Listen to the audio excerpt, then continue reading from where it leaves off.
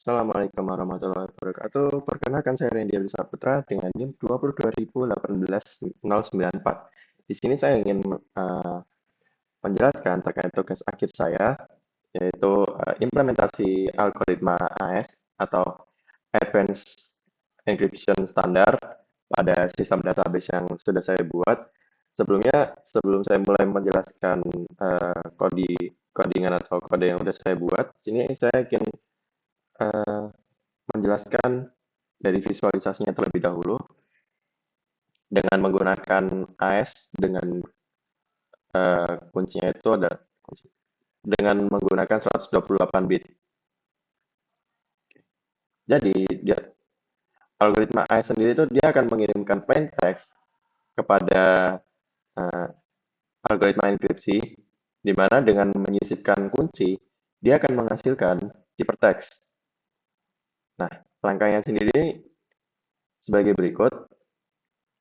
Jadi input itu akan diubah menjadi block state, bisa saja berukuran 4 kali 4 dan juga untuk kuncinya sendiri juga akan diubah menjadi block state, berisi bilangan-bilangan heksadesimal dengan ukuran yang sama dengan eh, plain text-nya.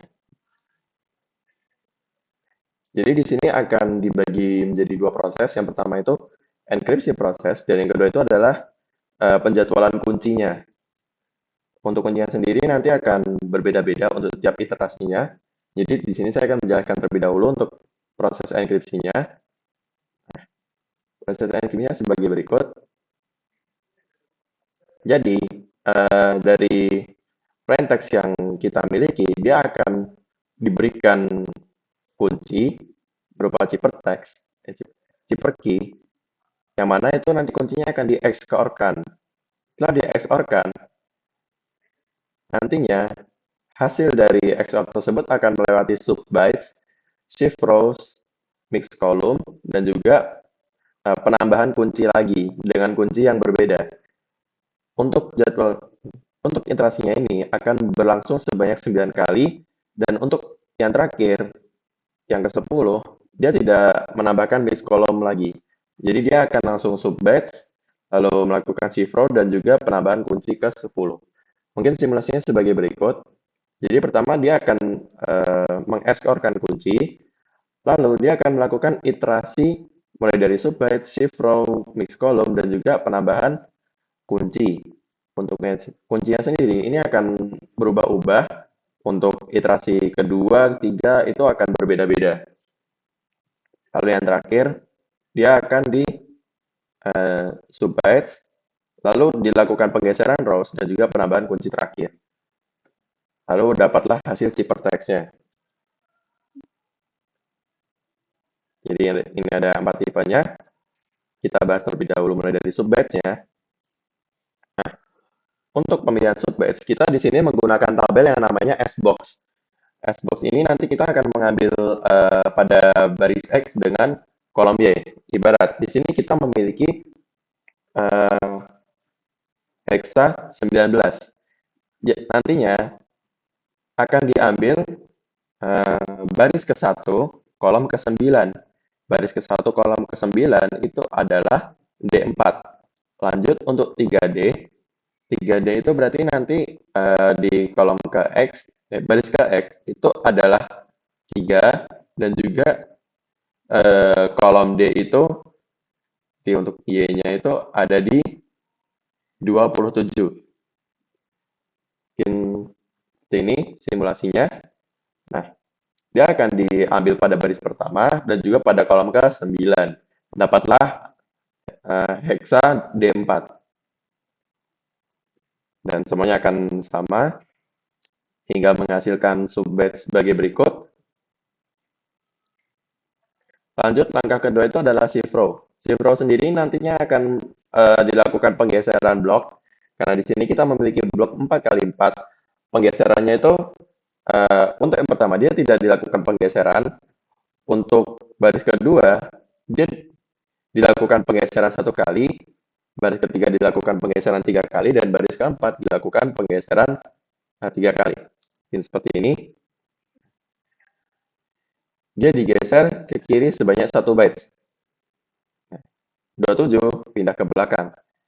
Untuk yang baris ketiga dia akan dilakukan penggeseran sebanyak 2 bytes.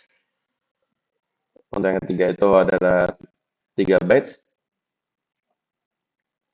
hingga kita mendapatkan hasil shift row-nya itu adalah sebagai berikut.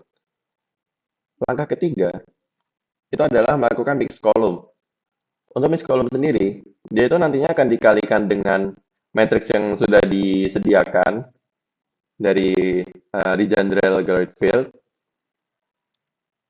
Nantinya akan menghasilkan eh, perhitungan seperti pada di layar,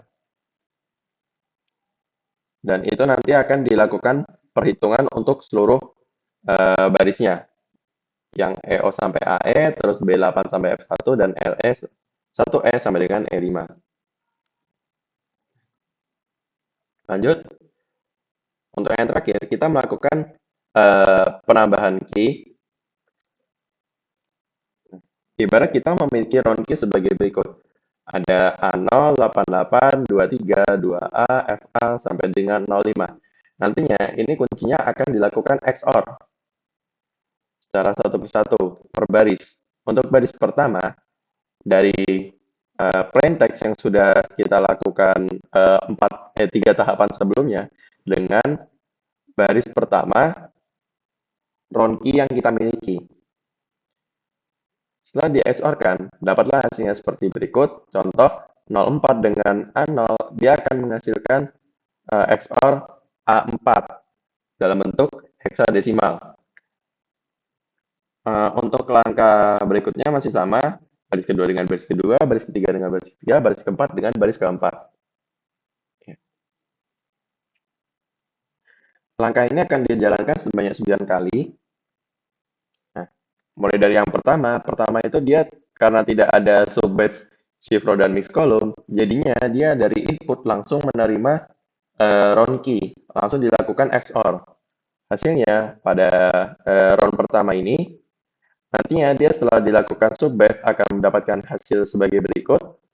Lalu setelah dilakukan shift row akan menghasilkan pada bagian ini. Lalu untuk mix column dia akan menghasilkan bagian ini. Lalu nanti hasilnya itu akan dilakukan XOR dengan round key yang baru. Akan menghasilkan pada round kedua, dan dia akan berulang sebanyak 9 kali. Lalu untuk yang ke-10, dia tidak dilakukan yang namanya mix column. Dia langsung mulai dari subbatch, shift row, lalu di XOR-kan dengan round key-nya. Dapatlah ciphertext kita itu adalah sebagai berikut, yaitu 39, 02, DC, 19, 25, DC, dengan 32. Proses yang kedua ini tentang key schedule atau penjadwalan kuncinya dari algoritma AI sendiri sebagai berikut. Pertama, kita memiliki kunci 2B, 28, AB, 09, 7E, AE, F7, CF, 15, D2, 15, 4F, 16, A6, 88, dan juga C. Di sini juga ada yang namanya ERCON. ERCON ini sendiri matriks yang sudah disediakan untuk melakukan scheduling kunci. Nah, untuk menentukan kunci dari WI, kita mengambil baris dari WI dikurang 1, yaitu adalah baris sebelumnya. Yang nantinya dia akan dilakukan pergeseran batch banyak 1 kali, yang awalnya 09 di atas menjadi 09 itu di bawah. Hasilnya nanti akan di substitusikan dengan S-block. Seperti yang pertama itu CF, dia akan menghasilkan 8A. Untuk 4F itu nantinya akan menghasilkan 4 dengan F. Itu adalah 84 hingga selesai. Nah, lalu diambillah subbatch diambillah baris dari WI dikurang 4, yaitu adalah 2B, 7E, 15, dan juga 16. di-XOR-kan dengan hasil subbytes tadi, lalu di-XOR-kan kembali dengan ARCON-nya. Kita dapat hasilnya itu seperti ini, yaitu ada A0, FA, FE, dan juga 17. Nah, untuk langkah 2, 3, dan 4, ini kita tidak melakukan perhitungan yang rumit seperti sebelumnya. Jadi dia langsung mengambil dari WI dikurang 1, di XOR-kan dengan WI dikurang 4. Begitupun untuk yang ketiga dan juga keempat. Nah, untuk yang kelima ini sendiri, dia akan mengulang seperti langkah pertama tadi, yang mana kita akan mengambil dari WI, itu diambil dari WI dikurang 1, nanti akan dilakukan shift row sebanyak 1 bytes, lalu diambil sub-bytes-nya, lalu dilakukan XOR dengan ARCON dan juga WI dikurang 4. Untuk langkahnya sendiri akan berulang sebanyak 10 kali.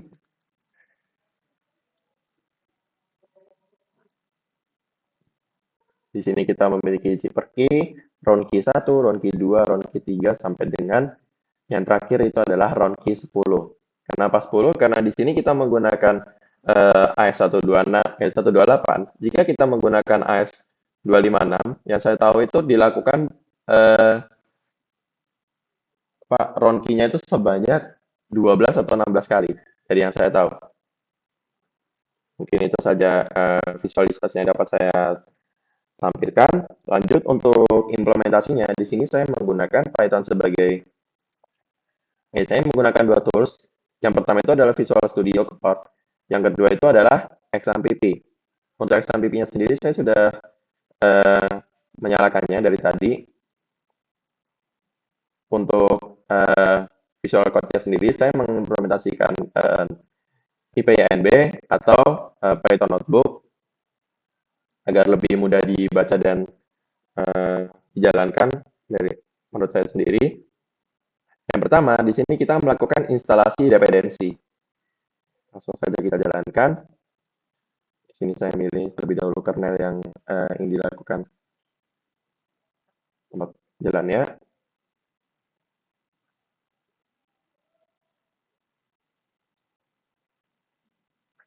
Setelah library yang kita install tersedia, di sini kita import terlebih dahulu library yang akan dibutuhkan, seperti MySQL connector, base64, terus CryptoZipper, yang nantinya dia akan mengimport fungsi yang namanya AES, dan juga fungsi-fungsi lainnya seperti hashlib yang akan menghasilkan fungsi SHA-256. Nanti akan saya jelaskan fungsinya apa. Kita jalankan terlebih dahulu. Nah, jika kita sudah memiliki tabel database, kita di sini bisa langsung mengisi nama database-nya, dan kita bisa melewati langkah nomor 3. Tapi di sini saya anggap saya belum memiliki tabel database atau nama database-nya. Jadi saya jalankan terlebih dahulu dengan database-nya dikosongin terlebih dahulu. Lanjut di sini kita akan membuat database. Sebelum itu kita membuat objek cursor untuk menjalankan perintah SQL-nya. Lalu di sini membuat database. Contoh di sini saya ingin namanya itu presentasi keamanan. Oh ya, untuk nama database sendiri huruf kecil semua. Presentasi keamanan, lalu dijalankan. Lalu di sini kita koneksikan kembali database-nya dengan nama database yang sudah kita buat. Di sini saya membuat namanya itu presentasi keamanan. Jadinya untuk nama database ini sendiri saya isi presentasi keamanan. Oke, setelah saya jalankan dia terhubung ke database. Untuk membuktikannya saya cek di sini apakah sudah terbuat. Oke, di sini sudah ada tabel yang namanya presentasi keamanan. Namun masih kosong karena belum ditambahkan tabel atau atribut apapun. Lanjut, di sini ada fungsi untuk membuat kunci enkripsi. Kunci enkripsinya sendiri, dia itu menerima input string Nah, input stringnya itu nanti dia akan diubah menjadi kode SHA-256, yaitu dengan menggunakan enkripsi one way atau enkripsi satu arah. Hasil enkripsinya itu nanti akan dipotong menjadi 16 byte saja atau 128 bit.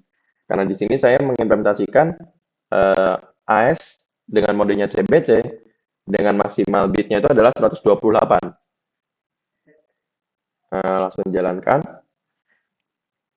Lalu di sini ada fungsi enkripsi datanya dengan menggunakan algoritma AES dan juga inisialisasinya terlebih dahulu itu menggunakan IV. Untuk IV-nya sendiri di sini saya melakukannya secara random agar lebih aman. Jadi nantinya ketika terdapat input yang sama, dia itu akan menghasilkan ciphertext yang berbeda. Saya jalankan. Lalu di sini ada fungsi dari dekripsi datanya. Itu adalah kebalikan dari enkripsinya.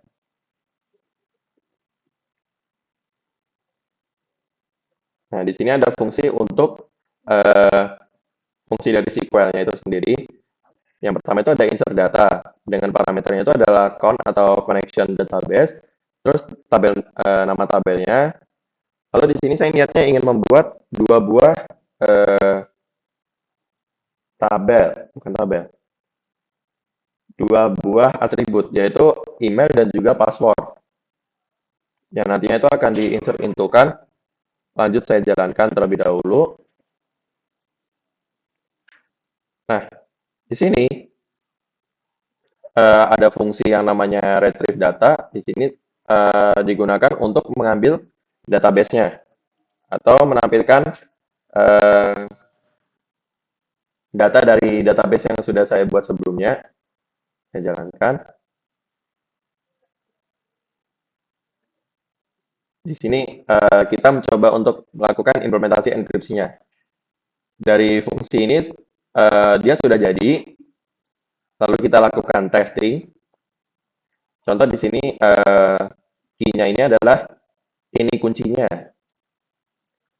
Contohnya saya membuat ini generate dengan memanggil fungsi generate key from string. Jalankan. Terus kita coba cek apa hasil dari kunci yang didapatkan setelah dipotong. Nah, dia akan berupa bilangan biner sebagai berikut. B ini sebagai kode biner, namun dia tetap terbaca sebagai hexa. Lanjut, di sini kita membuat tabel di database. Karena di sini kita belum memiliki tabel database,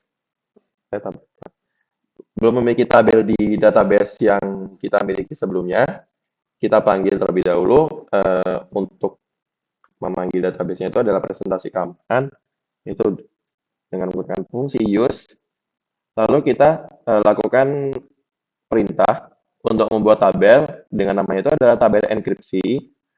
Lalu parameternya itu ada ID, maksud saya atributnya, itu ada ID dengan tipenya itu ada integer, dia langsung auto increment dan juga sebagai primary key.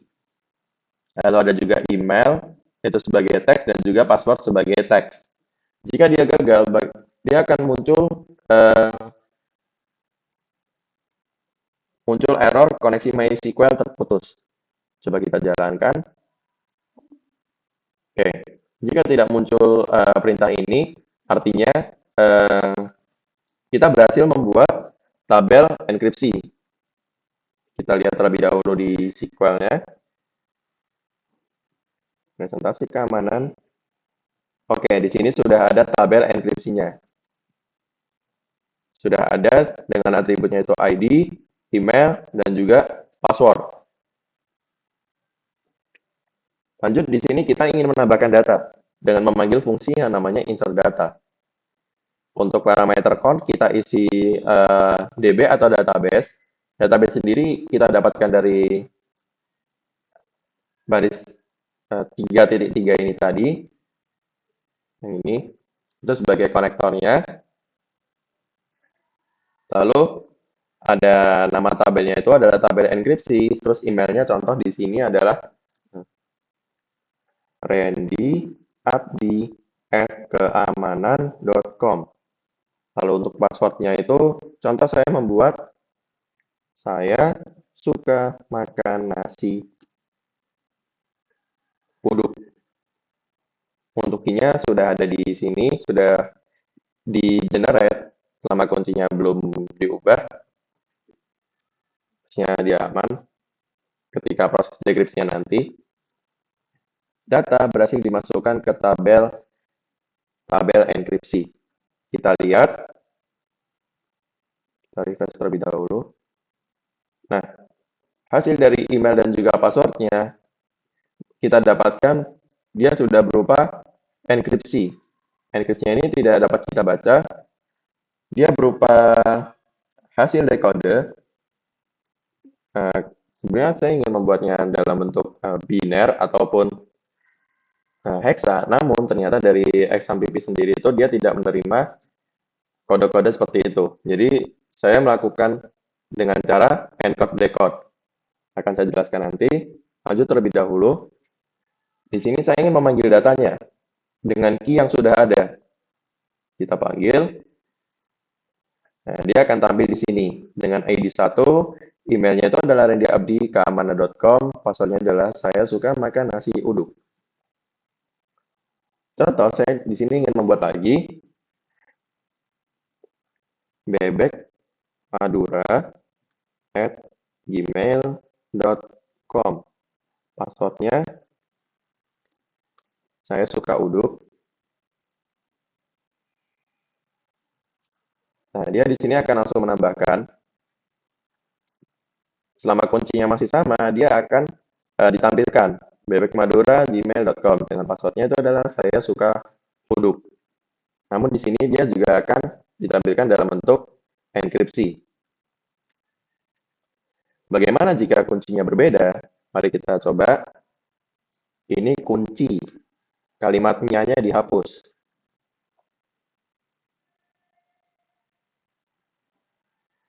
Dengan menggunakan data yang sama saja.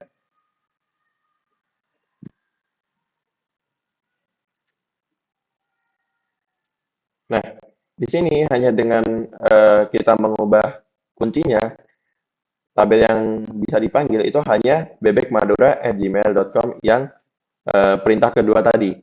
Yang pertama dan kedua itu tidak dapat kita panggil karena kuncinya itu berbeda.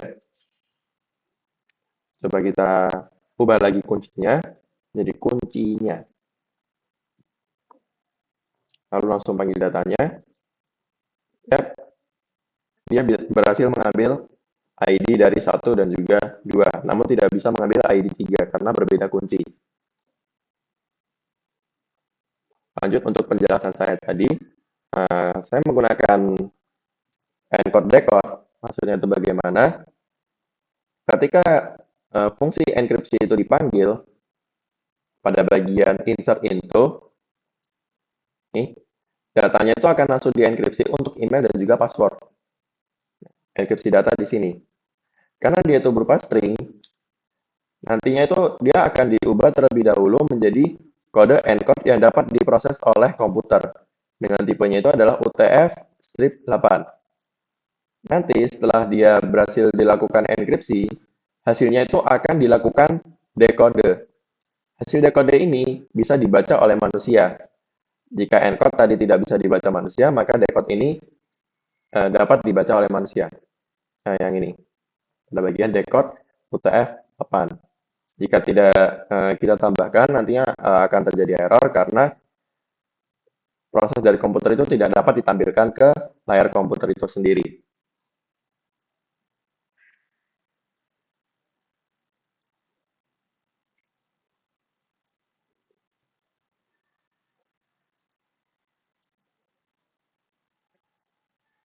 Mungkin cukup sekian saja yang dapat saya sampaikan. Kurang dan lebihnya saya mohon maaf. Saya akhiri. Wabillahi taufiq wal hidayah. Wassalamualaikum warahmatullahi wabarakatuh. Terima kasih atas waktunya.